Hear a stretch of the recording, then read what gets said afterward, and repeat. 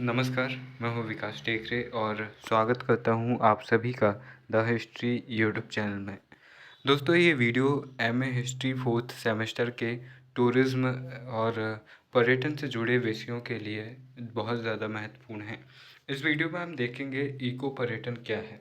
Eco पर्यटन से जुड़े प्रश्न अक्सर 2 नंबर में या फिर बड़े नंबर में भी पूछे जाने की संभावनाएं रखते हैं। इको पर्यटन होता क्या है? इको पर्यटन यानी कि इकोलॉजी से निकल कर ये बना है और इसका स्वाभाविक सा मतलब ये होता है कि पर्यावरण को बिना नुकसान पहुंचाए पर्यावरणीय पर्यटन को बढ़ावा देना इको पर्यटन का उद्देश्य होता है। विश्व के पर्यटन उद्योग में यह तेजी से फल फूल रहा है। पर्यावरण पर्यटन का आवश्यक अंग है। इको पर्यटन पर्यावरण की गुणवत्ता से संबंधित है। वह इस बात को सुनिश्चित करता है कि पर्यटन की गतिविधियां पर्यावरण को किसी भी प्रकार की हानि न पहुंचाएं।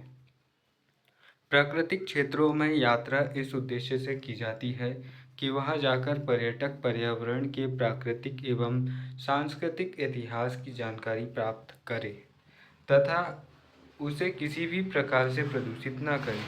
परिस्थिति परिस्थिति का संतुलन बनाए रखा जाए। आर्थिक अवसरों को बढ़ाने में प्राकृतिक संसाधनों के संरक्षण पर आवश्यक जोर दिया जाए। संवेदनशील पर्यावरण क्षेत्रों में ऐसा किया जाना आवश्यक है। इको पर्यटन का अर्थ वास्तव में पर्यटन का विकास प्रकृति के साथ एकता स्थापित करते हुए होना है। यह प्राकृतिक पर्यटन का अंग है। इसमें प्राकृतिक क्षेत्रों की सुंदरता को खत्म किए बिना उसका अध्ययन, प्रशंसा, दृश्यों, वन्य जीवों एवं पौधों का अवलोकन तथा उन क्षेत्रों की सांस्कृतिक विशेषताओं के बारे में जानना शामिल है। इसमें प्राकृतिक पर्यावरण प्रमुख केंद्र बिंदु है। इसमें पर्यावरण के साथ मित्रवत व्यवहार किया जाता है।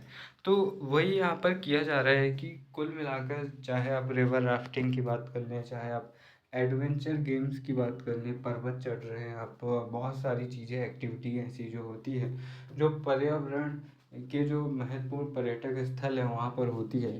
तो कुल मिलाकर इको पर्यटन का ये उद्देश्य होता है कि पर्यावरण के महत्व को बनाए रखते हुए, पर्यावरण को बढ़ावा देते हुए, उसका संरक्षण करते हुए उन क्षेत्रों में पर्यटन का विकास करना, यानी कि पर्यावरण और पर्यटन को जोड़ना और इन दोनों के जुड़ने से लाभ कमाना इको पर्यटन कहलाता है।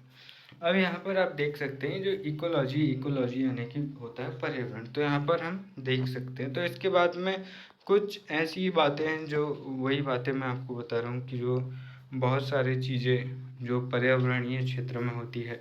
जैसे आप किसी पर्यावरणीय क्षेत्र में जाएंगे, किसी अभयारण्य में जाएंगे, तो आप वहाँ देखेंगे कि आपको वहाँ पर जो बॉन फायर होता है या फिर बहुत सारी चीज़ें हवा में जब आप पैराशूट पहनकर कूदते हैं, रिवर राफ्टिंग करते हैं, बहुत सारी चीज़ें, ग्लाइडिंग, जो भी कह सकते हैं, बहुत अलग अलग चीज़ें होती हैं। तो ये सभी इको पर्यटन का हिस्सा होती है। अब इको पर्यटन के जो क्षेत्र होते हैं वे कौन कौन से होते हैं? पहला होता है वन क्षेत्र, फिर जल क्षेत्र, उपवन, वन्य जंतु, पार्क और पक्षी विहार, नदी क्षेत्र, पर्वतारोहण, बर्फ का क्षेत्र, मरुस्थलीय क्षेत्र।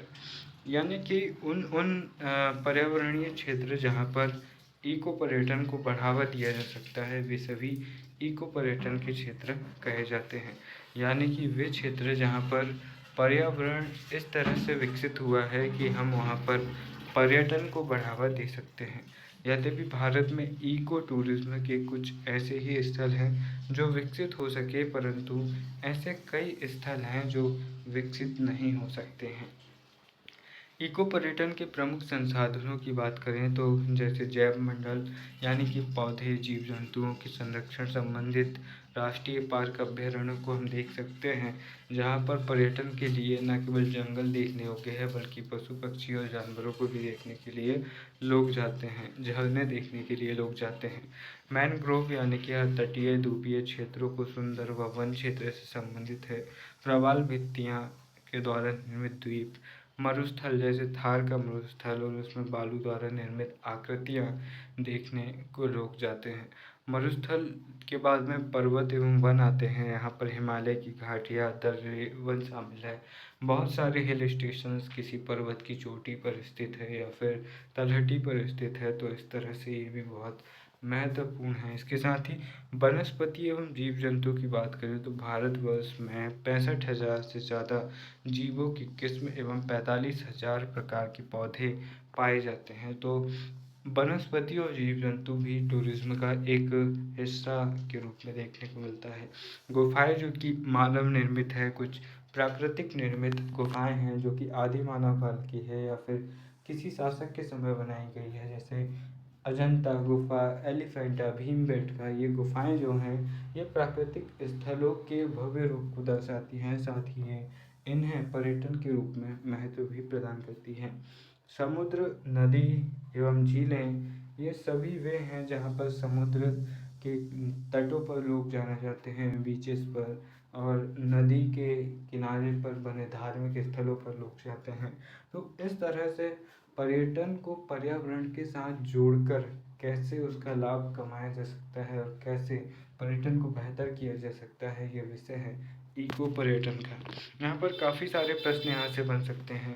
पर्यटन स्थलों पर पर्यावरण विकास के उपाय, इको पर्यटन से क्या आशय है, पर्यटन का पर्यावरण पर क्या प्रभाव पड़ता है। तो कुल मिलाकर यहाँ पर यह प्रश्न छोटे रूप में ज़्यादा पूछे जाने की संभावना रखता है कि इको पर्यटन से आपका मतलब क्या है।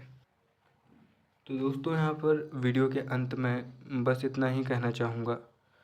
जोनाथन स्विफ्ट कहते हैं, जो कि आयरिश व्यंग्यकार और प्रसिद्ध लेखक रहे हैं, वे कहते हैं, ये उम्मीद करनी चाहिए कि आप अपनी ज़िंदगी के सारे दिन पूरी तरह जी पाएँ। आप जो इच्छाएं रखते हैं, आप जो उम्मीदें रखते हैं, उन्हें पूरा कीजिए। कल के भरोसे मत बैठिए, क्योंकि कल किसने देखा है। फिर मिलते हैं अपने किसी और वीडियो में। नमस्कार, जय हिंद।